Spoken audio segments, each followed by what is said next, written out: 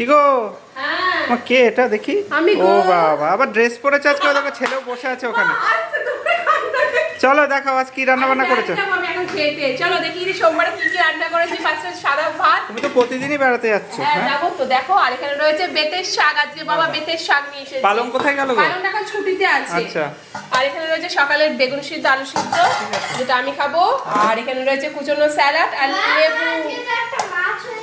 ওই দেখো ছেলে আবার কি বলছে। অন্যরকম মাছ হয়েছে, অনেকদিন পর অন্যরকম একটা মাছ।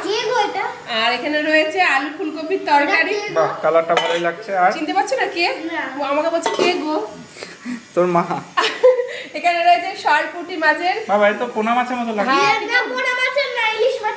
এটা বড় বড় ছিল সরপুঁটি মাছ। আচ্ছা, আর কি দেখাও তাড়াতাড়ি। এখানেও রয়েছে সরপুঁটি মাছের ঝোল, আর রয়েছে শেষ পাতে টমেটোর চাটনি। লাল লাল চাটনি। চলো এই হয়েছে আজকের মেনু। ওকে টাটা।